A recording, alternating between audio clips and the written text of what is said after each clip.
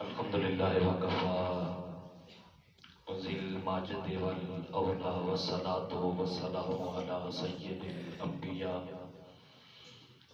قال اللہ تبارک و تعالی فی شان حبیبہ مخبرا وآمرا ان اللہ وملائکتہ یصلون علی النبی یا ایھا الذین آمنوا صلوا علیہ وسلموا تسلیما الصلاۃ والسلام علیک یا سیدی یا رسول اللہ وعلی آلک واصحابک یا جد الحسن والحسین۔ کریم آقا صلی اللہ علیہ وآلہ وسلم کا فرمان عالی شان ہے کہ جو بندہ مجھ پر ایک مرتبہ درود پڑھتا ہے اللہ اس پہ 10 رحمتیں نازل فرماتا ہے۔ پھر فرمایا جو بندہ مجھ پر 10 مرتبہ درود پڑھتا ہے اللہ اس پہ 100 رحمتیں نازل فرماتا ہے۔ اگلی بات بڑی قابل توجہ اور قابل عمل ہے۔ کریم لجپال آقا نے ارشاد فرمایا جو بندہ مجھ محمد صلی اللہ علیہ وآلہ وسلم پر 100 مرتبہ درود پڑھتا ہے اس نیک عمل کی وجہ سے اس کے ماتھے پر، اس کی پیشانی پر، دونوں آنکھوں کے درمیان یہ بات لکھ دی جاتی ہے یہ بندہ منافقت کی بیماری سے بھی پاک ہے اور اسے جہنم کی آگ سے بھی آزاد کر دیا گیا۔ اتنا خوش بختی والا عمل ہے، کیوں نہ ہم سارے مل کے کر لیں؟ پڑھ لیجیے صلاۃ والسلام علیک یا سیدی یا رسول اللہ وعلی آلک واصحابک یا حبیب اللہ۔ تو ثنا کے بعد عزت و تکریم کے لائق معزز محترم گرامی قدر سامعین، السلام علیکم ورحمۃ اللہ وبرکاتہ۔ آج کی اس مبارک نشست میں اور آپ چند لمحے خدا اور بندے کے تعلق کے حوالے سے کچھ باتیں سنیں اور سنائیں گے۔ اللہ رب العزت کی بارگاہ میں دعا ہے خالق کائنات مجھے آپ کو سن سنا کر قابل عمل باتوں پر عمل کی توفیق نصیب فرمائے۔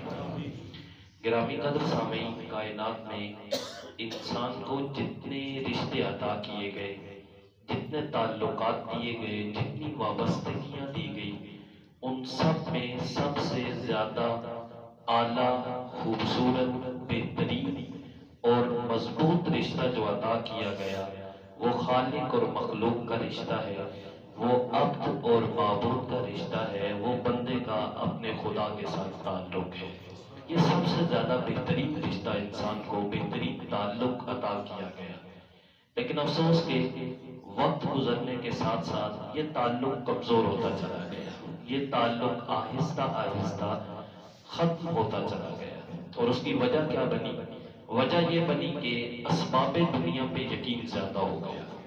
ہم یہ سمجھے کہ جس کے پاس مال زیادہ ہے وہ کامیاب ہے، ہم یہ سمجھے کہ جس کے پاس دولت زیادہ ہے وہ کامیاب ہے، جس کے پاس شہرت زیادہ ہے وہ کامیاب ہے، جس کے تعلقات بڑے لوگوں کے ساتھ ہے وہ کامیاب ہے، جس کے پاس کوئی بڑا عہدہ ہے وہ کامیاب ہے۔ لیکن حقیقت یہ نہیں تھی، حقیقت یہ تھی کہ جس کا تعلق اپنے رب کے ساتھ مضبوط ہے کامیاب وہ ہے۔ لیکن کیونکہ اسباب دنیا پہ یقین ہو گیا، توکل اور یقین کا رشتہ کمزور ہوتا چلا گیا، اور پھر یہ کمزوری ہوئی بڑی کہ اب ہمارا اپنے رب کے ساتھ رشتہ اور تعلق ہے لیکن وہ صرف غمی اور پریشانی کا تعلق ہے۔ خوشی میں ہم خدا کو یاد نہیں کرتے، آسانی میں خدا کو یاد نہیں کرتے، مشکل میں اللہ ہمیں یاد آ جاتا ہے۔ جب فوتگی ہوتی ہے یا کوئی مرنے کے قریب آتا ہے تو ہم قرآن لے کے بیٹھ جاتے ہیں، اس کی تلاوت شروع کر دیتے ہیں، سورہ یاسین پڑھنا شروع کر دیتے ہیں، اس کی روح آسانی سے نکل جائے، اس کی مغفرت ہو جائے، اس کی بخشش ہو جائے۔ لیکن اگر شادی کے موقع پہ کسی گھر میں محفل ہو رہی ہو، تلاوت کی جا رہی ہو، تو آنے والا، دیکھنے والا پہلا سوال یہ کرتا ہے یہاں کوئی فوتگی ہو گئی ہے، یہاں کوئی سوگ کا پروگرام ہو رہا ہے، ملک کا ختم ہو رہا ہے، کیا مطلب ہے، کیا پیغام دیا جا رہا ہے کہ قرآن صرف فوتگی پہ پڑھا جا سکتا ہے، قرآن کی تلاوت صرف کسی کے مرنے پہ کی جا سکتی ہے، حالانکہ خوشی کے موقع پہ بھی اللہ کو یاد کیا جانا چاہیے۔ تو کچھ مثالیں میں اپنے معاشرے کی آپ کے سامنے رکھتا ہوں کہ آپ میں سے، ہم میں سے کوئی شخص انٹرویو دینے کے لیے جا رہا ہو، ٹیسٹ دینے کے لیے جا رہا ہو، تو جب وہ جا رہا ہوتا ہے تو وہ دعائیں مانگ رہا ہے، التجائیں کر رہا ہے، راستے میں مسجد کا غلہ آیا پیسے ڈال دیے، مدرسے کا غلہ آیا پیسے ڈال دیے، مجھے کہا، آپ کو کہا، یار دعا کرنا اللہ کرے کامیاب ہو جائے۔ گیا انٹرویو دیا، انٹرویو دے کے کامیاب ہو کے پاس ہو کے واپس پلٹا۔ اب کسی نے سوال کیا کہ ہاں بھائی کیا بنا، کامیاب ہو گئے؟ تو فوراً سے جواب دیا جاتا ہے کہ بھائی پیسے بڑے لگائے تھے اس لیے کامیاب ہو گئے۔ فوراً سے جواب دیا جاتا ہے محنت بڑی کی تھی اس وجہ سے پاس ہو گئے۔ فوراً سے جواب دیا جاتا ہے ریفرنس بڑا اچھا تھا، تعلق بڑا اچھا تھا، اس وجہ سے کامیاب ہو گئے۔ جو خدا چاہتے ہوئے تھا واپسی پہ بھی وہی ہے، لیکن کیونکہ چاہتے ہوئے ضرورت تھی اس وجہ سے دعائیں تھی، التجائیں تھی، مختلف قسم کی آیات کی تلاوت تھی، وظائف تھے، لیکن واپسی پلٹتے ہوئے اب یاد آ گیا کہ میں نے پیسے زیادہ لگائے تھے، محنت زیادہ کی تھی، وہاں پہ ریفرنس اچھا تھا اس وجہ سے کامیاب ہوا۔ تو یہ دو رویہ ہے ہمارا کہ ہم جب مشکل میں ہوتے ہیں تو خدا کو یاد کرتے ہیں۔ ہم باہر گاڑی کھڑی کریں اور میزبان نے محفل یا جہاں جس کے پاس ہم گئے ہیں وہ پوچھے کہ گاڑی کسی محفوظ جگہ کھڑی ہے، اگر کیمرے کے سامنے کھڑی ہے، لاگ لگا ہے، تو ہم کہتے ہیں محفوظ جگہ کھڑی ہے، کیمرہ لگا ہوا ہے اور پارکنگ میں کھڑی کر دیا ہے۔ اور اگر گاڑی محفوظ جگہ پہ، موٹر سائیکل محفوظ جگہ پہ نہ کھڑا ہو تو ہم فوراً سے جواب دیتے ہیں کہ اللہ کے حوالے کر رہا ہے۔ لاگ میں، کیمرے میں حفاظت کون کر رہا ہے؟ اللہ کر رہا ہے نا۔ لیکن کیونکہ اسباب دنیا پہ یقین ہو گیا اور اللہ کی ذات پہ یقین اور توکل کمزور ہو گیا، اس وجہ سے پھر اس بات کو ہم نے سامنے رکھا۔ اسی طرح ہم بہت سارے کاموں میں یہ دو رویہ اختیار کرتے ہیں، یہ تقسیم کر جاتے ہیں کہ جب ہمیں اللہ کی بارگاہ میں کوئی کام کرنا ہوتا ہے، اللہ کی راہ میں کوئی کام کرنا ہوتا ہے تو اس میں ہم کمزوری کر جاتے ہیں، اور جب بھی کوئی کمی والا معاملہ ہوتا ہے تو اس کی نسبت ہم اللہ کی طرف کر دیتے ہیں، اور جب کوئی اچھائی اور بہتری ہمارے حصے میں آتی ہے تو ہم سمجھتے ہیں کہ یہ ہماری محنت کا، ہمارے پیسوں کا، ہماری دولت کا، ہماری شہرت کا نتیجہ ہے۔ تو یہ ہمارا ایک رویہ دو رویہ یہ بنتا چلا جا رہا ہے۔ اسی طرح اور ڈھیر ساری ایسی مثالیں ہیں کہ جس میں ہم کسی بھی چیز کی کمی کی نسبت اللہ تعالیٰ کی جانب کر رہے ہوتے ہیں۔ تو اللہ رب العزت کے ساتھ جو مسلمان کا رشتہ ہے وہ بڑا مضبوط ہونا چاہیے، بڑا پختہ ہونا چاہیے۔ پیر پٹھان رحمۃ اللہ علیہ آپ کے پاس ایک شخص آیا اور آگے کہتے ہیں کہ حضرت مجھے کوئی نصیحت کرے، تو آپ نے فرمایا کہ خدا کو ہمیشہ اپنے سے بہتر سمجھنا، بہتر نہ سمجھ سکو تو برابر ضرور سمجھ سکو۔ تو اسے اندر سے تو بڑا غصہ آیا، بڑا تعجب ہوا کہ کوئی بندہ مسلمان ہو، کلمہ پڑھتا ہو، رب کی توحید کا اقرار کرتا ہو اور اللہ کو اپنے سے بہتر نہ سمجھے، ایسا کیسے ممکن ہے؟ لیکن خاموش ہو گیا کہ یہاں مہمان آیا ہوں، پہلی ملاقات ہے تو بولنا مناسب نہ سمجھا۔ اٹھ کے جانے لگا تو پیر پٹھان نے کہا کہ یہاں ٹھہرو، دور سے آئے ہو سفر کر کے، رات رکو، صبح چلے جانا۔ رات رک گیا، صبح ہوئی، اس کے کمرے میں ہی نا ایک تھال میں ناشتہ دیا گیا، اور جو ناشتہ تھا وہ اس تھال میں ایک جانب گوشت اور پراٹھے رکھے ہوئے تھے، ایک جانب باسی روٹی اور باسی دال رکھی ہوئی تھی۔ وہ رکھنے والا اس کے سامنے رکھ کے چلا گیا، اس نے دروازہ بند کیا، کھانا شروع کیا۔ جیسے ہی ابھی چند لقمے لگائے تھے کہ دروازے پہ دوبارہ دستک ہوئی، اور دستک دینے والے نے آواز دی کہ اللہ کے نام پہ دے دو۔ تو اب جیسے ہی یہ آواز آئی نا کہ اللہ کے نام پہ دے دو، اس نے فوراً وہ باسی روٹی اور باسی دال اٹھائی اور وہ جو اللہ کے نام پہ مانگنے آیا تھا اسے دے دی۔ اب یہاں سے آگے میں نے اور آپ نے اپنے گریبان میں بھی جھانکنا ہے، اپنے معاملات زندگی میں بھی دیکھنا ہے کہ ہم کیا کرتے ہیں۔ اس نے وہ جو کسی کام کا نہیں تھا وہ اللہ کے نام پہ دے دیا۔ ناشتہ کیا، اٹھا، جانے لگا، سوچا پیر پٹھان سے ملاقات کر کے جاتا ہوں۔ گیا، ملا اور کہا کہ حضرت اجازت دیجیے۔ کہا ٹھیک ہے اجازت ہے، لیکن وہ رات والی بات یاد ہے؟ تو جب آپ نے کہا نا کہ وہ رات والی بات یاد ہے تو اب غصے میں آ گیا۔ پہلے بھی اندر سے تو غصے میں تھا لیکن خاموش رہا، بول پڑا۔ کہا حضرت کیسی باتیں کرتے ہیں، بندہ مسلمان ہو، کلمہ پڑھا ہو، رب کی توحید کا اقرار کرنے والا ہو اور اللہ کو اپنے سے بہتر نہ سمجھے، اور آپ کہتے ہیں بہتر نہیں تو برابر ضرور سمجھنا۔ اب پیر پٹھان بھی غصے میں آ گئے، کہا نادان، کل سے تجھے یہی بات سمجھانا چاہ رہا ہوں کاش کہ تم نے رب کو اپنے سے بہتر سمجھتا ہوتا، افسوس کہ بہتر کیا تم نے تو برابر بھی نہ سمجھا۔ کہا حضرت کیا سمجھ نہیں آئی؟ کہا اگر تم اللہ کو اپنے سے بہتر سمجھتے نا تو جب صبح اللہ کے نام پہ صدا دی گئی تھی تو روز گوشت اور پراٹھے اٹھا کے اللہ کے نام پہ دیتے، اور اگر برابر سمجھتے تو پھر دونوں آدھا آدھا کر کے دے دیتے، لیکن افسوس کہ جو تمہارے کسی کام کا نہیں تھا اسے اٹھا کے تم نے اللہ کے نام پہ دے دیا۔ اور اس وقت یہ ہمارا رویہ ہے، یہ ہمارے انداز زندگی میں یہ معاملہ شامل ہے کہ جب اللہ کی بارگاہ میں کوئی معاملات کرنے ہوتے تو ہم سوچ میں پڑ جاتے ہیں۔ ہمارے کسی دوست کی رشتہ دار کی شادی آ جائے تو ہم اسپیشل بندہ بھیجتے ہیں کہ جاؤ اور نئی کاپیاں نکلوا کے لاؤ تاکہ اچھی بیل ہو سکے۔ ہم لوگوں سے قرض لے کے شادیوں پہ عیش و عشرت میں اڑا دیتے ہیں، اور جب مسجد اور مدرسے میں دینے کی باری آتی ہے تو پھر ہم ڈھونڈ رہے ہوتے ہیں کہ کون سا نوٹ ہے جو چھوٹا ہے، کون سا ہے جو بوسیدہ ہے، اور پھر وہ ہم اللہ کی بارگاہ میں دیتے ہیں۔ ہمارا کوئی بندہ مر جائے نا تو ہم اس کی جائیداد، اس کی قیمتی چھوڑی ہوئی چیزوں میں سے کچھ بھی اللہ کی راہ میں خرچ نہیں کرتے، اور اس کے بوسیدہ کپڑے مدرسے کے بچوں کو دے کے آ جاتے ہیں۔ اس کی ٹوٹی ہوئی چارپائی ہم مدرسے میں اور مسجد میں دے کے آ جاتے ہیں کہ اس پہ دودھ اور جنات آتے ہیں، روحیں واپس آتی ہیں۔ وہ صرف انہی چیزوں پہ آتی ہیں جو آپ کے کسی کام کی نہیں ہے۔ جو اس نے قیمتی مال چھوڑا ہے وہ بھی تو اللہ کی بارگاہ میں دو نہ دو۔ تو یہ ہم نے ہمیشہ سے یہ رویہ رکھا ہے کہ جب بھی ہم نے کوئی چیز اللہ کی بارگاہ میں دینی ہوتی ہے تو ہم اس میں کمی کرتے ہیں، اور جب اپنے لیے کچھ کرنا ہوتا ہے تو یہ تقسیم ہماری ہے، اللہ کی جانب سے یہ تقسیم کی ہے۔ اب وہ تو اتنا مہربان خدا ہے کہ جس فرشتے کے ہاتھوں تمہارے نامہ اعمال اوپر جاتے ہیں اسی کے ہاتھوں تمہارا رزق بھیجا جاتا ہے۔ وہ تو اتنا مہربان خدا ہے کہ کبھی بھی گناہوں کی وجہ سے آپ کے رزق پہ بندش نہیں ہوئی، کمی نہیں ہوئی۔ تو یہ ہماری طرف سے، ہم شہر پہ جا رہے ہوں، رش ہو، آس پاس لوگوں کا ہجوم ہو تو ہمیں آیت الکرسی پڑھنا یاد نہیں آتی۔ میں کچھ ایسی مثالیں دے رہا ہوں جو آپ کے ذہن میں آسانی سے بیٹھ سکے۔ تو ہم شہر میں رش میں ہجوم میں آیت الکرسی نہیں پڑھتے، اور رات کے وقت یا دن کے وقت بھی کسی ویران راستے میں سفر کرنا پڑ جائے اور تھوڑا سا غیر آباد علاقہ آ جائے اور وہاں لگے کہ یہاں کوئی حادثہ ہو جاتا ہے، کوئی ڈکیتی ہو سکتی ہے، تو پھر ہم آیت الکرسی یا پھر جتنی آیات یاد ہوتی ہیں ساری پڑھ رہے ہوتے ہیں۔ اب باہر جنگل میں، ویرانے میں، اس غیر آباد راستے پہ جو خدا ہماری حفاظت کر رہا ہے، حقیقت تو یہ ہے کہ شہر میں بھی وہی خدا حفاظت کر رہا ہے، لیکن رویہ دو رویا ہو گیا۔ ہمارا یہ تقسیم اس طرح کی ہو گئی کہ ہم نے سمجھا کہ شاید خدا صرف مشکل میں یاد کرنے والا ہے، خوشی میں، آسانی میں ہم اللہ کو یاد نہیں کرتے۔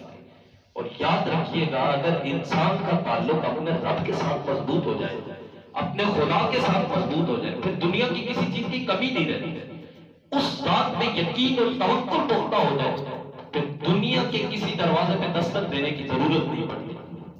ایک بادشاہ تو اس نے اعلان کیا کہ کل دربار کا دروازہ کھولا جائے گا، اور جس نے جس چیز پہ ہاتھ رکھ لیا وہ سب۔ سارے لوگ رات کو سوچتے رہے، صبح جا کے سونے پہ ہاتھ رکھ، ہیروں پہ ہاتھ رکھوں گا، جواہرات پہ، جس کے ذہن میں جو قیمتی تھا اس نے سوچ لیا۔ صبح ہوئی، دروازہ کھول دیا گیا، لوگ دوڑے قیمتی چیزوں پہ جا کے ہاتھ رکھے، کسی نے سونے پہ، کسی نے جواہرات پہ، کسی نے ہیروں پہ، کسی نے کوئی قیمتی دروازہ دیکھا اس پہ جا کے ہاتھ رکھ لیا، کسی نے تجوری پہ جا ہاتھ رکھا۔ ایک بندہ بڑے سکون کے ساتھ ٹہلتے ٹہلتے آرام کے ساتھ جا رہا ہے اور جا کے بادشاہ پہ ہاتھ رکھ کے کھڑے ہو گئے۔ آس پاس مشیر کھڑے ہیں، وزیر کھڑے ہیں، وہ کہتے ہیں کہ کیسا نادان آدمی ہے کہ اتنا بہترین موقع ہے، زندگی بدل سکتی ہے، ساری زندگی کا سرمایہ یہاں سے لے کے جا سکتا ہے، لوگ لے کے جا رہے ہیں، تجھے بھی موقع ملا ہے، جانا آرام وہاں سے کوئی قیمتی چیز لے لے، بادشاہ تو یہی ہوتا ہے، ملاقات بات میں بھی ہو سکتی ہے۔ اس نے کہا نادان میں نہیں ہوں، تم جنہوں نے چھوٹی چھوٹی چیزوں پہ ہاتھ رکھا۔ بادشاہ نے کل یہ اعلان کیا تھا کہ دروازہ کھولا جائے گا، جو بندہ جس چیز پہ ہاتھ رکھ لے گا وہ اس کی ہو جائے گی۔ کسی نے سونے پہ ہاتھ رکھا، سونا اس کا ہوا، کسی نے جواہرات پہ ہاتھ رکھا، جواہرات اس کے ہوئے، کسی نے چاندی پہ ہاتھ رکھا، چاندی اس کی ہوئی۔ میں نے بادشاہ پہ ہاتھ رکھ لیا ہے، بادشاہ میرا ہو گیا، جب بادشاہ میرا ہو جائے گا تو ساری بادشاہی میری ہو جائے گی۔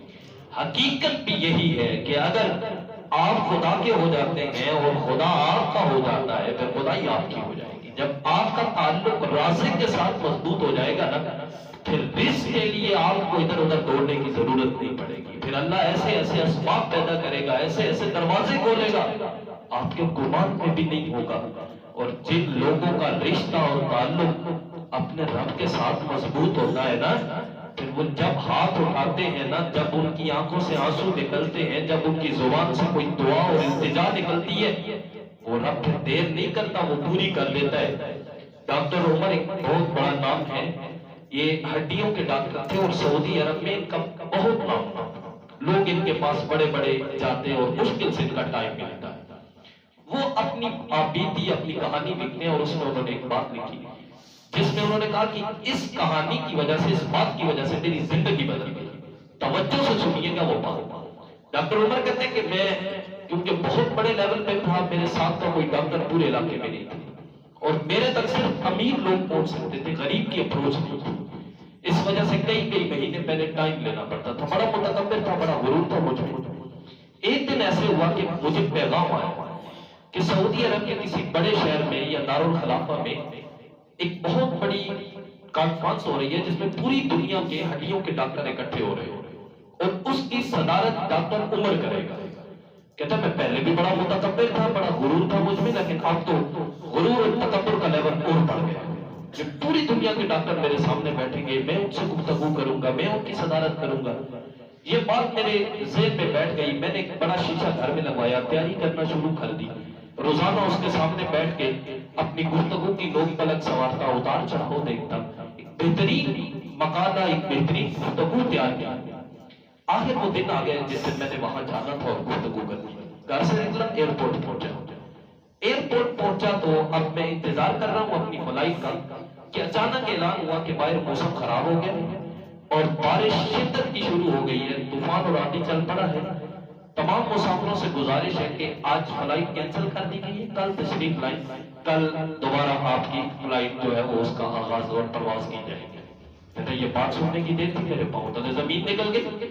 کہاں وہ پوری دنیا کے ڈاکٹروں نے میرے سامنے بیٹھنا تھا، اتنا بڑا اعزاز چھن گیا۔ اب یہ بات میں نے سنی تو مجھے بڑا غصہ آیا، میں عملے سے الجھ پڑا۔ انہوں نے کہا یہ قدرت کا معاملہ تھا، بارش آ گئی ہے، اس میں ہم کر کچھ نہیں سکتے۔ ایک راستہ ہے زمینی، ایک وہاں پہ جاتا ہے اور وہاں آپ اپنی گاڑی پہ اگر جائیں تو 6 گھنٹے کی ڈرائیو ہے، آپ ہمارے سے الجھے بغیر نکل جائیں گے تو آپ کا وقت بچے گا اور آپ بر وقت وہاں پہنچ جائیں گے۔ ڈاکٹر عمر کہتا ہے میں نے گاڑی نکالی، اندر تو ڈرائیونگ شروع کر دی۔ اب 4 گھنٹے ڈرائیو کی اور راستے میں بارش اتنی تیز کہ کوئی انتہا نہیں ہے، بجلیاں گرج چمک، عجیب سی کیفیت، لیکن میں اندر تو گاڑی چلائے جا رہا ہوں، بس ایک ہی ذہن میں بات ہے کہ وہاں پہنچنا ہے۔ 4 گھنٹے کی ڈرائیو کے بعد اچانک میری گاڑی بند ہو گئی۔ میں نیچے اترا، گاڑی چیک کی، لیکن میری سمجھ میں نہ آیا کہ گاڑی کو کیا ہوا ہے۔ میں نے دیکھا قریب میں کچا مکان ہے، لکڑی کا دروازہ ہے، میں نے دروازے پہ دستک دی، اندر سے آواز آئی کہ بڑی آواز تھی کہ دروازہ کھولا ہے، اندر آ جاؤ۔ کہتے میں اندر چلا گیا، اندر جا کے دیکھا تو ایک بوڑھی خاتون بچے کا جھولا ہلا رہی ہے۔ میں نے اسے کہا کہ میری گاڑی خراب ہو گئی ہے، یہاں کوئی ٹیلی فونک رابطہ، اس نے کہا یہاں بجلی نہیں ہے، ٹیلی فون کہاں سے آئے گا؟ میں نے کہا کوئی آتی جاتی گاڑی، اس نے کہا صبح ایک گاڑی آتی ہے، اس کے بعد دن بھر یہاں سے کوئی گاڑی نہیں گزرتی۔ میں نے کہا میری گاڑی خراب کا کوئی حل؟ اس نے کہا کل صبح تک یہاں کوئی حل نہیں ہے، خاموشی سے بیٹھ جاؤ، صبح ہوگی لوگ آئیں گے جائیں گے تو کسی سے کوئی رابطہ ہو سکے گا۔ ڈاکٹر عمر کہتا ہے میں بے بس ہو گیا، خاموشی سے بیٹھ گیا۔ اب وہ بوڑھی خاتون مجھے کہتی ہے کہ تم اس بچے کا جھولا ہلاؤ اور میں تمہارے لیے کھانا لے کے آتی ہوں۔ ڈاکٹر عمر کہتا ہے میں حیران رہ گیا کہ کہاں ڈاکٹر عمر، کہاں وہ غرور، کہاں وہ تکبر اور کہاں یہ بے بسی کا عالم کہ ایک بچے کا جھولا ہلاتا ہوا ڈاکٹر عمر، کہاں لگی لوگوں کی لائنیں اور کہاں یہ بے بسی کی انتہا کہ گاڑی ٹھیک کرنے کا بھی کوئی انتظام موجود نہیں ہے۔ وہ بوڑھی خاتون میرے لیے کھانا لے کے آئی، اب میں کھانا شروع کرنے لگا تو اس نے دوبارہ بچے کا جھولا ہلانا شروع کر دیا۔ اب جب دوبارہ اس نے بچے کا جھولا ہلانا شروع کیا تو میں نے اسے کہا کہ بچہ سو گیا ہے، اب جھولا ہلانے کی ضرورت نہیں ہے۔ تو وہ بوڑھی خاتون کہتی ہے کہ اس کے سونے جاگنے کا مسئلہ نہیں ہے، مسئلہ یہ ہے کہ یہ ہڈیوں کا مریض ہے اور جب یہ جاگ جاتا ہے نا تو اس سے تکلیف ہوتی ہے اور مجھ سے وہ اذیت برداشت نہیں ہوتی۔ ڈاکٹر عمر کہتے ہیں میں نے اس سے کہا کہ پھر یہ کوئی حال تو نہیں ہے کہ بچے کا جھولا ہلاتے رہو یہ سویا رہے، اسے کسی اچھے ڈاکٹر کے پاس چیک کرواؤ۔ وہ بوڑھی خاتون کہتی ہے میں نے اپنے علاقے کے سارے ڈاکٹروں کو چیک کروایا ہے، ان سب نے ایک ہی بات کہی ہے کہ اس وقت اس کے علاج کا جو اس کے مرض کا جو علاج ہے وہ صرف ایک ڈاکٹر کر سکتا ہے اور اس کا نام ڈاکٹر عمر ہے۔ تو ڈاکٹر عمر کہتے ہیں میں نے اسے کہا کہ پھر تم ڈاکٹر عمر کے پاس کیوں نہیں گئی؟ کہا وہ بہت بڑا امیر ڈاکٹر ہے، اس کے پاس صرف امیر لوگ جاتے ہیں، کئی مہینے پہلے ٹائم لینا پڑتا ہے، یہاں سے دور بھی بڑا ہے، مسافت بہت زیادہ ہے، میرے پاس اتنے وسائل نہیں ہیں، غریب ہوں، اس تک پہنچ نہیں سکتی۔ ڈاکٹر عمر کہتے ہیں پھر؟ کہتی ہے پھر کیا، دن بھر اس بچے کا جھولا ہلاتی ہوں اور رات کو مصلا بچھا کے اللہ کی بارگاہ میں یہ عرض کرتی ہوں کہ مولا میں تو غریب ہوں، میں تو بے بس ہوں، میرے پاس تو اتنے وسائل نہیں ہیں کہ میں ڈاکٹر عمر کے پاس جاؤں، لیکن تو ان اللہ علی کل شیء قدیر ہے نا، تو اس بات پہ قدرت رکھتا ہے کہ ڈاکٹر عمر کو میرے دروازے پہ لا سکتا ہے۔ ڈاکٹر عمر کہتے ہیں میرے ہاتھ سے نوالا گر گیا، آنکھوں میں آنسو آ گئے، میں نے اس خاتون سے کہا تیرا رب واقعہ ہی بڑا کریم ہے، وہ سنتا ہے جب دل سے پکارا جائے، اور تیری پکار سن لی ہے۔ وہ بوڑھی خاتون کہتی ہے کیا بات ہے، کیا مطلب ہے، کیا سمجھانا چاہتے ہیں؟ تو ڈاکٹر عمر کہتے ہیں میں نے اس سے کہا کہ ڈاکٹر عمر کو واقعہ ہی تیرے رب نے تیرے دروازے پہ لا کھڑا کیا ہے، میں ڈاکٹر عمر ہوں، کیسے اس نے سبب پیدا کیا، کہاں کانفرنس رکھوائی، کہاں فلائٹ کینسل ہوئی، کہاں بارش ہوئی، کہاں گاڑی خراب، کہاں میں تیرے دروازے پہ آ کے دستک دے رہا ہوں، کہاں وہ لگی لائنیں، اور کہاں ڈاکٹر عمر تیرے دروازے پہ آ کے بیٹھ گیا۔ واقعہ ہی وہ رب بڑا کریم ہے۔ اور بھائی یہ حقیقت ہے، اگر دل کا رشتہ اپنے رب کے ساتھ جڑ جائے نا، اگر توکل پختہ ہو، پھر آپ صدا دیں اور ادھر سے قبول نہ ہو، ایسا ہو ہی نہیں سکتا۔ بہت ساری ایسی مثالیں، بہت سارے ایسے سچے واقعات موجود ہیں کہ جب رب کریم کو دل سے پکارا گیا نا تو اس کی جانب سے خالی واپس اپنے بندے کو لوٹایا ہی نہیں جاتا۔ عبداللہ طاہر اندلس کے گورنر گزرے ہیں، کہتے میں ایک رات سویا، مجھے خواب آیا کہ میرا تخت الٹ دیا گیا، سلطنت چھین لی گئی، بادشاہت ختم ہو گئی۔ میں اٹھ کے بیٹھ گیا، تھوڑی دیر گھبراہٹ رہی، پھر سوچا خواب ہے، دوبارہ سو گیا، دوبارہ آنکھ لگی، دوبارہ وہی خواب مجھے پھر آیا، پھر دوبارہ میں جاگا، 4 مرتبہ ایک ہی رات میں یہی خواب مجھے آیا۔ صبح سویرے اٹھتے ہی میں نے جیلر کو بلایا اور اس سے کہا رات کے وقت میری سلطنت میں، میری رایا میں کسی کے ساتھ ناانصافی تو نہیں ہوئی، کسی کے ساتھ کوئی ظلم تو نہیں ہوا؟ وہ جیلر کہتا ہے کوئی خاص بات تو نہیں ذہن میں، لیکن ہاں رات کو ایک چوری ہوئی ہے اور 5 چور ہم پکڑ کے لائے ہیں، اور ان میں سے 4 لوگ دیکھنے میں بھی چور لگتے تھے اور وہ مان بھی گئے کہ انہوں نے چوری کی، لیکن ایک بندہ چور لگتا بھی نہیں تھا اور اس کا معاملہ بھی بڑا عجیب سا تھا۔ کہا اس کا عجیب معاملہ کیا تھا؟ کہا جب وہ آیا تھوڑی دیر یہاں ہماری باتیں سنی، کچھ دیر دیکھا ادھر ادھر، اور پھر ہمیں کہتا ہے کہ یہاں وضو کی جگہ کہاں ہے؟ وضو کیا، پھر ہم سے اس نے مصلی مانگا، مصلی مانگ کے بچھایا اور بیٹھ گیا۔ رات سے اس وقت تک وہ اللہ کی بارگاہ میں کوئی التجا کیے جا رہا ہے، کوئی آرزو کر رہا ہے، دعائیں مانگ رہے، پتہ نہیں اللہ کے ساتھ کیا بات کر رہے، لیکن وہ ایک تو چوری نہیں مانا، اس نے کہا میں نے نہیں کی، اور دوسرا وہ رات سے مصلی بچھا کے بیٹھا ہوا ہے۔ عبداللہ طاہر سمجھ گئے کہ رات کو جو معاملہ ہوا وہ کیوں ہوا؟ کہا اس نوجوان کو بلاؤ، نوجوان کو بلایا گیا، کہا تمہاری کیا کہانی ہے؟ اس نے کہا میں یہ قریب ایک بستی کا رہنے والا ہوں، غریب خاندان سے تعلق ہے، یہاں کچھ کمانے آیا تھا، لیکن جب رات کو روزی لے کے اپنی کمائی لے کے واپس جا رہا تھا تو یہ چور پکڑے گئے، میں ان کے قریب تھا، آپ کے کارندے، آپ کے نمائندے مجھے بھی پکڑ کے ساتھ لے آئے۔ جب یہاں آپ کے اس حکومت خانے میں، قید خانے میں پہنچا تو میں نے دیکھا کہ یہ لوگ تو پکے عادی لوگ ہیں، عادی مجرم ہیں، ان کے پیچھے چھوڑانے والے ان کے سفارشی موجود ہیں، لیکن میں تو لاوارث ہوں، یہاں میں تو مسافر ہوں، میں تو پردیسی ہوں، میں کیا کروں گا؟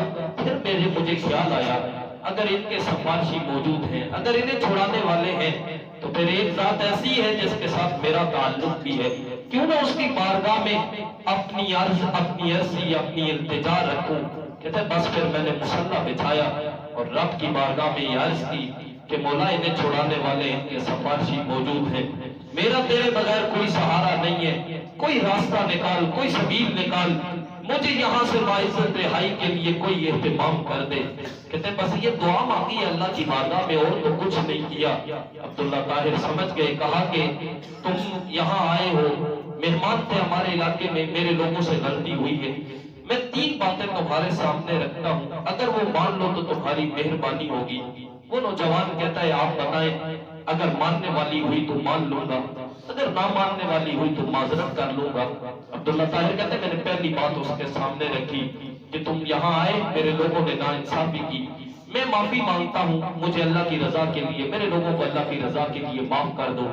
اس نوجوان نے کہا ٹھیک ہے, معاف کیا. کہا دوسری بات یہ ہے کہ یہ اشرفیوں کی تھیلی ہے, یہ اپنے ساتھ لے جاؤ, اپنے گھر کے معاملات, جو ضرورت کا سامان یہاں سے لینے آئے تھے اس سے خرید لینا. اس نوجوان نے کہا ٹھیک ہے, یہ اشرفیوں کی تھیلی بھی میں قبول کرتا ہوں. کہا تیسری بات یہ ہے کہ عبداللہ طاہر کے دروازے ہر وقت تمہارے لیے کھلے ہیں, جب تمہارا دل کرے آ جانا, جس چیز کی ضرورت پڑے لے جانا, تمہیں کوئی منع کرنے والا نہیں ہوگا. وہ نوجوان کہتا ہے کہ پہلی 2 مان لی ہیں, تیسری نہیں مانوں گا.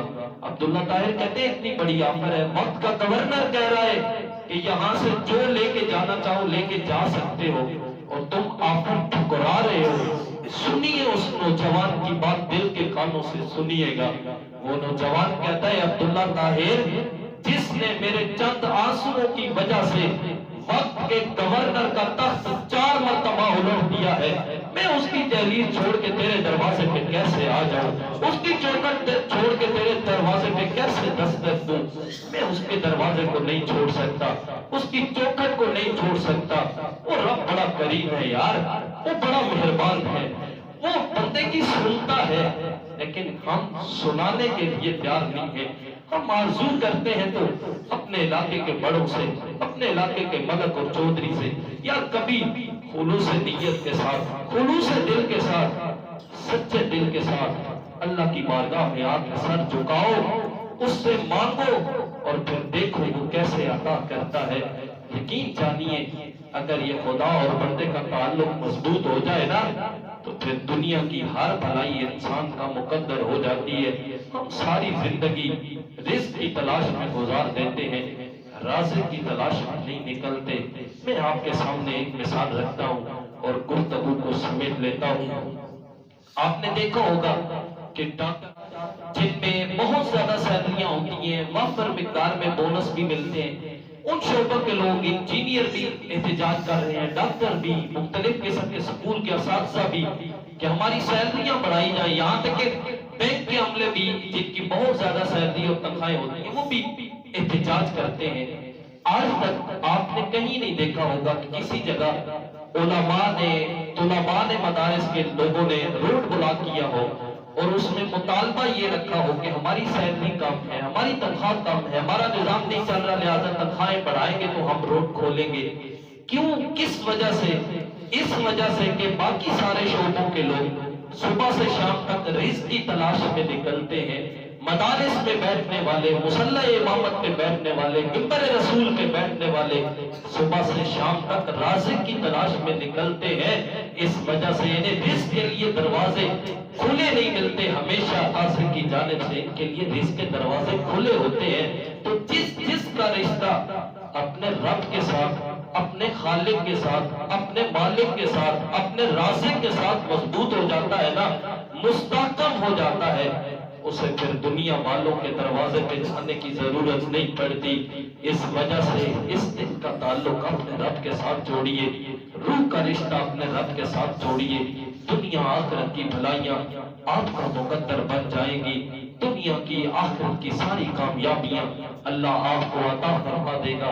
اللہ رب العزت کی بارگاہ میں دعا ہے, اللہ مجھے آپ کو قابل عمل باتوں پر عمل کرنے کی توفیق نصیب فرمائے, ہمیشہ دین اسلام سے وفا کرنے کی توفیق نصیب فرمائے. جس دور پہ نازاں تھی دنیا وہ زمانہ اب ہم بھول گئے, اوروں کو جگانا یاد رہا, خود ہوش میں آنا بھول گئے. منہ دیکھ لیا آئینے میں, پرداز نہ دیکھا سینے میں, دل ایسا لگایا جینے میں کہ مرنے کو مسلمان بھول گئے. آزان تو اب بھی ہوتی ہے, مسجد کی فضاؤں میں اے انور جس ضرب سے دل ہل جاتے تھے وہ ضرب لگانا بھول گئے۔ اللہ مجھے آپ کو ہمیشہ اپنی چوکھٹ کا محتاج رکھے۔ آج جو مرحومہ اس دنیا سے چلی گئی ہیں، اللہ ان کو کروٹ کروٹ جنت کی بہاریں نصیب فرمائے، سوال و جواب میں آسانی نصیب فرمائے، سیدہ پاک کی چادر کا سایہ نصیب فرمائے، ہم سب کو بھی آخرت کی تیاری کرنے کی توفیق نصیب فرمائے۔ وما علینا الا البلاغ۔